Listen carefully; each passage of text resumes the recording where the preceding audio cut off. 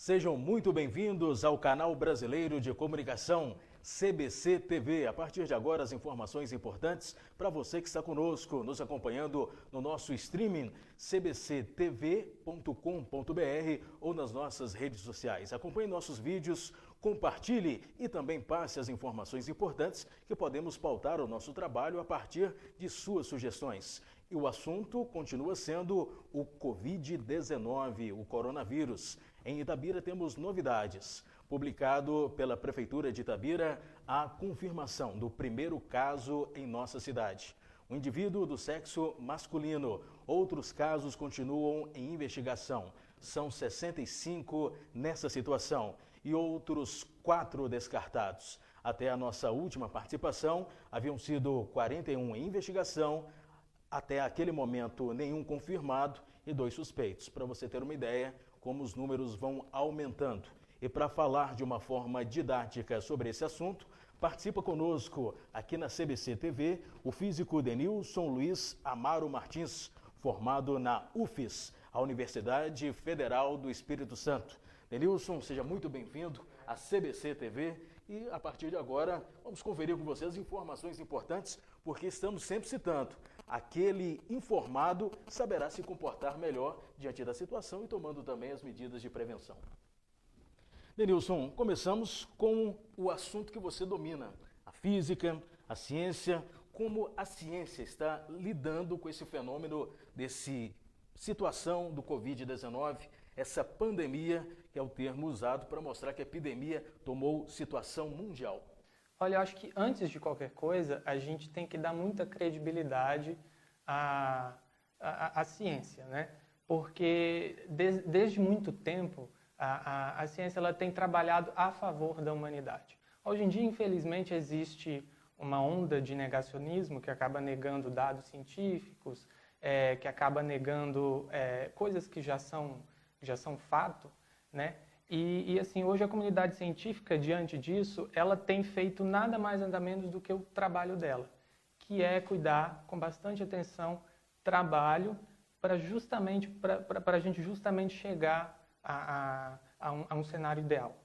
Por exemplo, recentemente a gente tem dados de teste humano já com a vacina na China.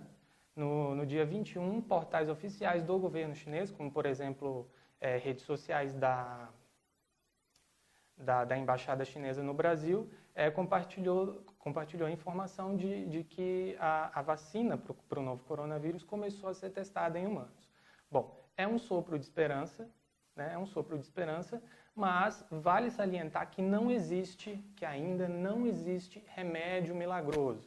Muitas mídias acabaram falando, algumas pessoas acabaram falando, divulgando que um certo remédio, que uma certa droga ela seria boa e na verdade ainda não existe a comunidade científica ainda não chegou a nenhuma conclusão de um remédio milagroso, de algo que de fato seja a cura do novo coronavírus.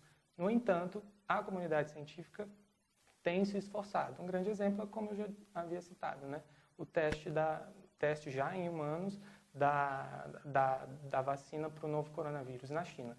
Mas, de novo, é apenas um teste e, como todo comportamento científico, ele precisa de um teste, ele precisa averiguar a veracidade, precisa averiguar tudo certinho para só depois levar para a sociedade. Muito é dito, Denilson, e para você que está nos acompanhando, sobre números no jornalismo. É que números se torna um dado concreto e uma ciência concreta, ela é usada em comparações. Eu até pergunto ao físico Denilson sobre este assunto, porque temos muitos casos na China, temos na Itália, na França, nos Estados Unidos e no Brasil também. Denilson, é possível comparar esse patamar dos números desses países? Bom, a comparação ela tem que ser feita com muito cuidado, né?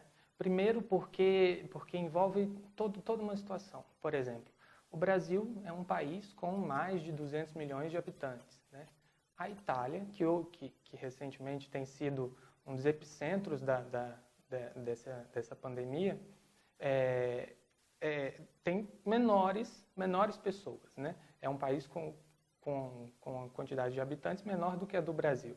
Então, se fosse fazer uma comparação, a gente teria que pensar numa proporção, na porcentagem de quantas pessoas estão sendo infectadas, uma porcentagem com relação, é claro, ao número da população. Só que ao invés da gente ficar comparando números, porque isso pode gerar até uma situação ruim, pode gerar uma situação de pânico e tal. Ao invés da gente comparar números, eu acho interessante a gente comparar situações que eles tomaram, né, na China, na Itália, em outros países, e como por exemplo também na Coreia do Sul, e tentar trazer para a realidade, para a nossa realidade. Por exemplo, na Coreia, logo no início, houve um número muito grande de pessoas infectadas, né? Isso a princípio pode assustar, né? Só que com o passar do tempo, o número ele diminuiu. Por quê? Porque através dos dados, né, as ações puderam ser tomadas de melhor forma, né? Quando você observa dados e consegue ter uma realidade, consegue ver a realidade melhor, então você pode tomar ações melhores, né? E aí fica a cargo dos profissionais de saúde e do poder público. E sobre essa matemática, esses números, eles representam o real cenário que estamos vivendo na atualidade no Brasil? Bom, para a gente ver os números aqui no país, recentemente, nos últimos 3 dias, né, hoje dia 25 de março, nos últimos 3 dias os números de pessoas infectadas, de registro de pessoas infectadas, ele teve uma leve diminuída. Mas é necessário a gente prestar bastante atenção nisso, porque os dados, eles podem mascarar, né? A gente pode chegar a pensar que, bom, o número de infectados diminuiu, então quer dizer que as coisas estão se acalmando. Porém, aqui no Brasil, como o epicentro não é aqui, se eu não me engano, 1 ou 2 só laboratórios que fazem o teste, que podem comprovar o teste. Então, por exemplo, uma cidade como Itabira, ela recolhe o material e esse material ele tem que ser levado para esse laboratório. E, bom, e num país com as dimensões que o Brasil tem, esse laboratório, evidentemente, tá cheio de testes para fazer, e aí os dados eles podem demorar para chegar. Então, assim, os números, quando a gente olha para os números, a gente tem que interpretar de onde eles vêm, como que esses dados são gerados, né? Antes da gente ter uma conclusão de achar que números altos, por exemplo, querem dizer uma coisa muito ruim, ou números baixos podem dizer uma coisa muito, muito simples, né? A gente tem que ver de onde vêm esses dados, de onde vêm esses números e a fonte, e se a fonte ela é fidedigna, né? Então, antes de qualquer coisa, vi um número, vi um dado, procura uma fonte de confiança e a interpretação dos profissionais, que nesse caso são os profissionais de saúde.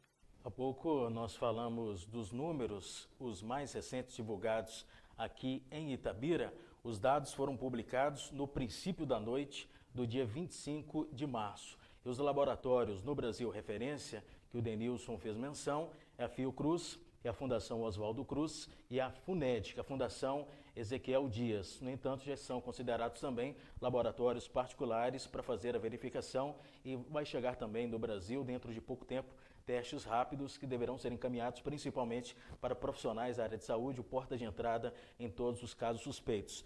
Mas, físico Denilson, gostaria de saber por que os números do coronavírus chamam tanto a atenção da comunidade científica. Olha, uma coisa muito interessante a se observar é como que até mesmo a matemática ela explica muito bem fenômenos naturais, né? Esse não é um caso específico, né? Esse comportamento que a gente chama de comportamento exponencial, ele não é um caso específico do novo coronavírus, né? É um comportamento muito típico da disseminação de vírus e de doenças, que é o chamado comportamento exponencial. Por que a gente dá esse nome? Porque se a gente fizer um gráfico, traçar um gráfico, né, de números de pessoas infectadas ao longo do tempo, esse número ele vai obedecer, essa curva gerada por esse gráfico, ela vai obedecer uma ordem. E se a gente observar, a função matemática que melhor explica esse comportamento é a função exponencial. Por isso que a gente fala de crescimentos exponenciais, né? É uma curva que no início ela é muito leve, pode mascarar a ideia de que é uma coisa simples, porém em determinado momento é uma curva que cresce, ela cresce muito rápido.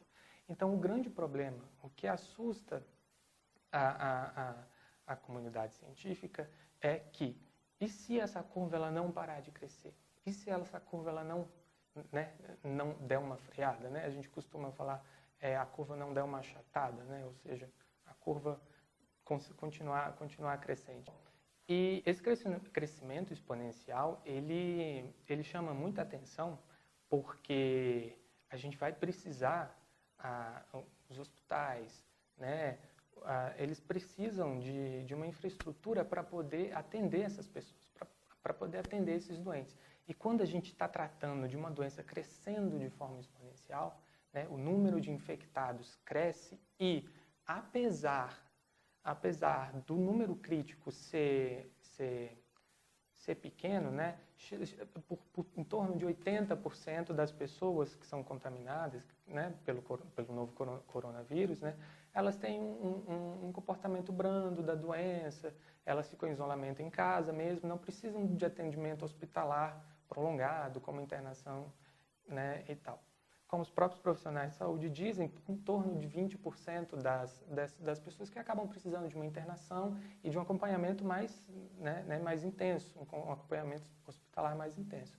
Então, imagina, a gente está tratando de uma situação onde o número de infectados cresce exponencialmente.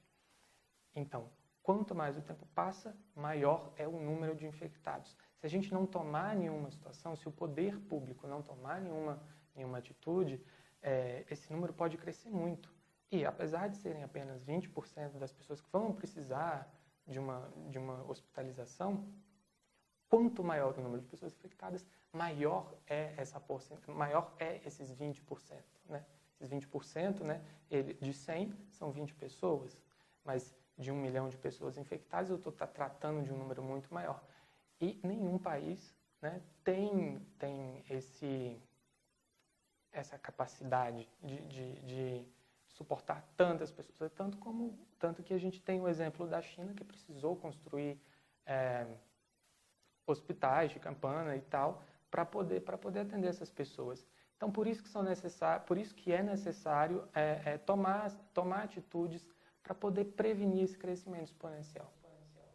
Nilson, gostaria que você ilustrasse mais o que citou agora há pouco, porque a população, ao se ter os sintomas, a primeira atitude é procurar socorro médico. O indicado pelos especialistas são as unidades básicas de saúde, caso a situação de sintomas sejam mais severos, com dificuldade de respiração, por exemplo, procurar uma unidade com tratamento mais avançado. Nos casos mais simples, indicado o quê? Isolamento social, a quarentena. O que os especialistas dizem, Denilson, sobre essa situação que é mais indicado no caso da pessoa apresentar os sintomas do Covid-19?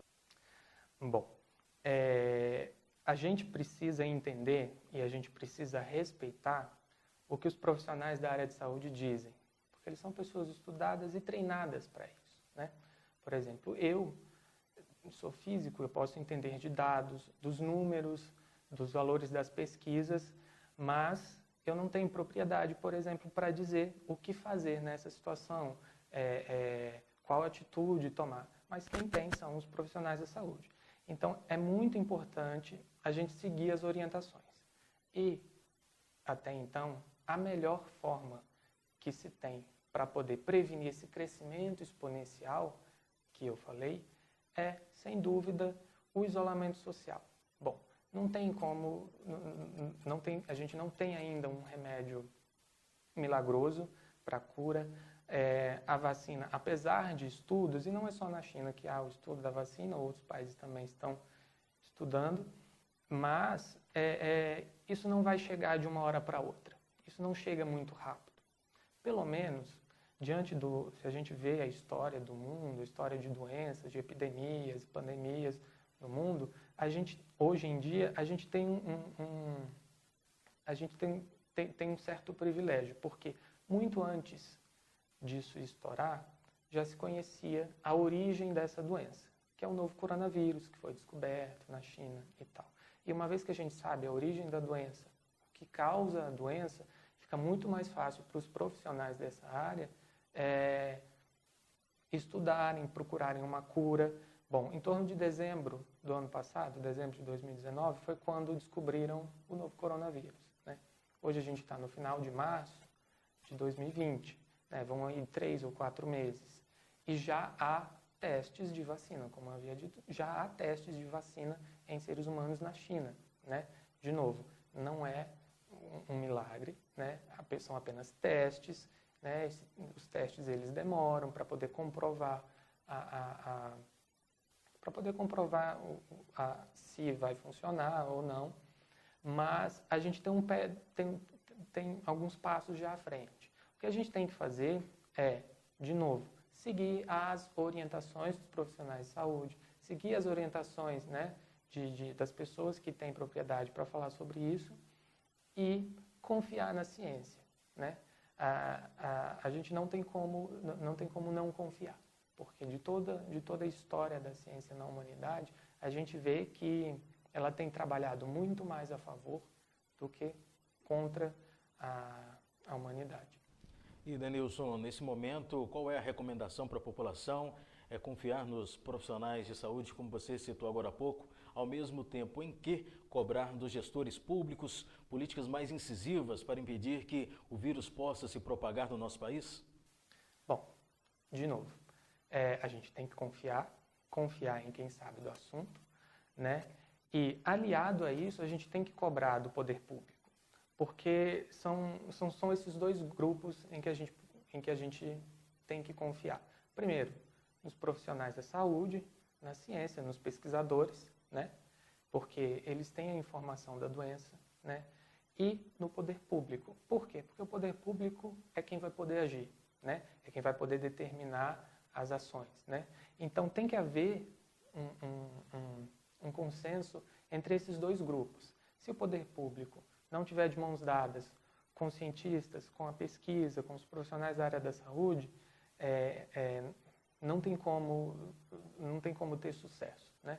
A gente precisa confiar neles e cobrar do poder público ações, né, ações de mãos dadas com os profissionais. Perfeito.